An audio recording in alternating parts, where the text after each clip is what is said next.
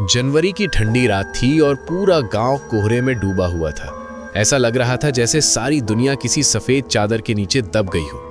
उस रात मैं अपने पुराने घर में बिल्कुल अकेला था। चारों तरफ सन्नाटा इतना गहरा था कि मेरी अपनी सांसों की आवाज भी मुझे डराने लगी थी। हाथ में मोबाइल था और मैं बिना वजह स्क्रीन देख रहा था कि अचानक फोन बज उठा। स्क्रीन पर लिखा था अननोन नंबर। इतनी रात को कॉल देखकर दिल थोड़ा अजीब सा धड़कने लगा, लेकिन न जाने क्यों मैंने कॉल उठा ली।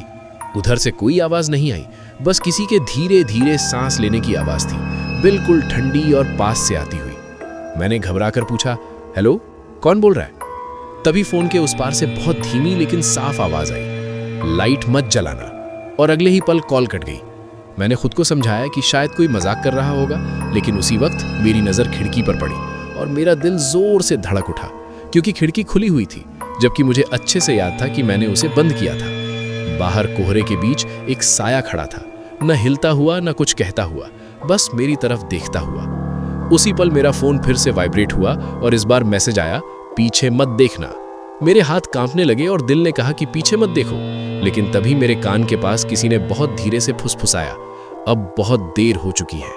मैं डर के मारे पलटा, लेकिन कमरे में कोई नहीं था। फिर मेरी नजर सामने लगे शीशे पर पड़ी और वहां मुझे अपना अक्स दिखाई ही नहीं दिया।